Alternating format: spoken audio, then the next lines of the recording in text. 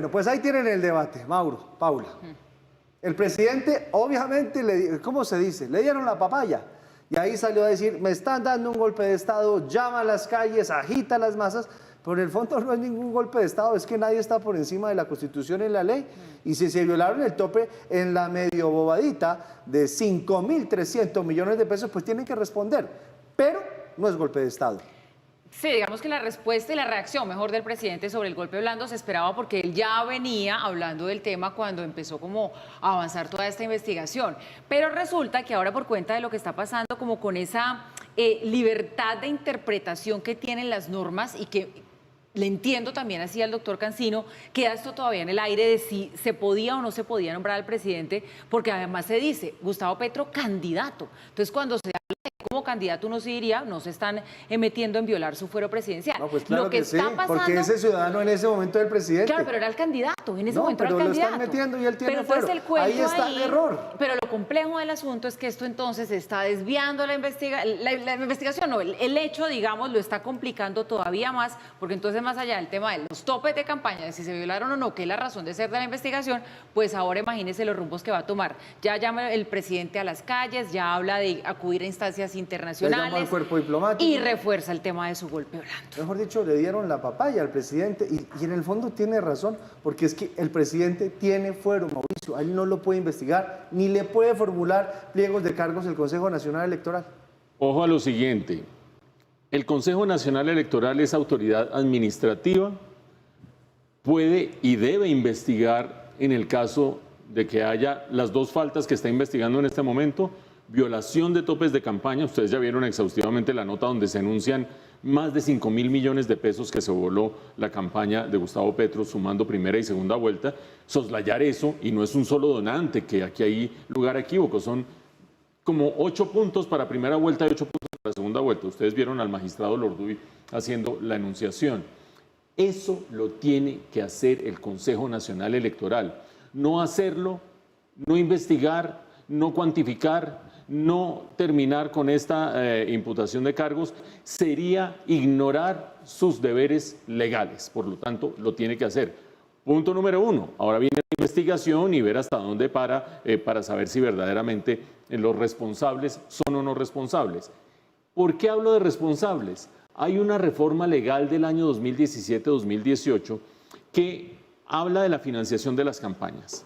Y dice que cuando una campaña viole los topes, es responsable, es corresponsable el candidato. Por eso es importante lo que subrayaba Paula.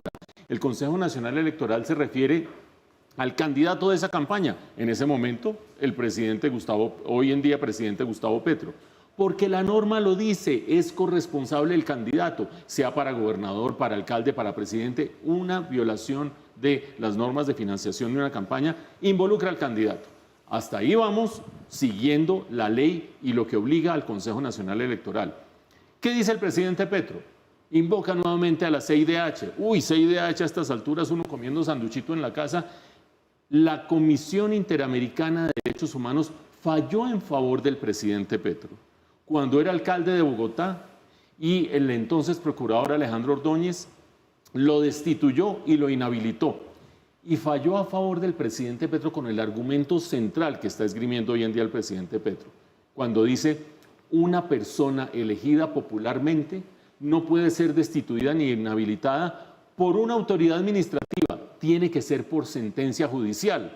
Entonces ahí entran en contradicción las dos argumentaciones, salvo que lo que determine el Consejo Nacional Electoral sea una sanción para la campaña, una sanción para el gerente de la campaña, Ricardo Roa, y remita documentación a la Cámara de Representantes, en concreto a la Comisión de Acusaciones, que esa sí puede investigar al presidente, esa sí puede decirle al Senado, acuse al presidente si es que es del caso, y el Senado acusaría al presidente y las decisiones las tomaría la Corte Suprema de Justicia, un juez o un conglomerado de jueces. Es decir, que si esto sigue su curso normal y constitucional hasta el final, no se estaría violando ninguna norma ni ninguna sentencia de la Comisión Interamericana de Derechos Humanos. Lo que pasa es que se abre un camino que podría eventualmente llegar allá, no va a llegar allá ni de vainas, perdón por la expresión, porque en la comisión de acusaciones naufraga absolutamente todo por motivos políticos. Pero no es cierto que el Consejo Nacional Electoral esté faltando a sus deberes, punto número uno, y no es cierto que una autoridad administrativa en este caso esté tratando de tumbar al presidente. Eso tendría que pasar por el Congreso y llegar a la Corte Suprema de Justicia, si es que llega.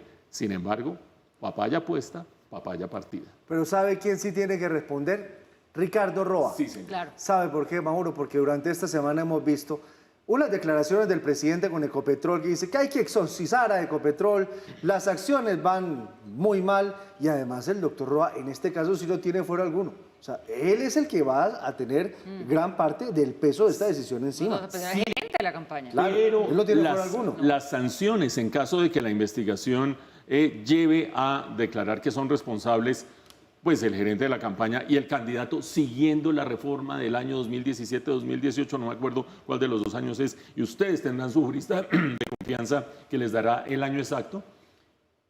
En caso de que se llegue a sanciones, las sanciones para Ricardo Roa son administrativas y potencialmente se podría remitir el expediente a la Fiscalía si hubiera lugar a algún tipo de sanción penal. En el caso del presidente de la República, Congreso de la República, Corte Suprema de Justicia, un juez. En el caso del doctor Roa, se remitiría el expediente, en caso de prosperar, a la Fiscalía y un juez al final. En Pero- todo caso, aquí no hay golpe de Estado.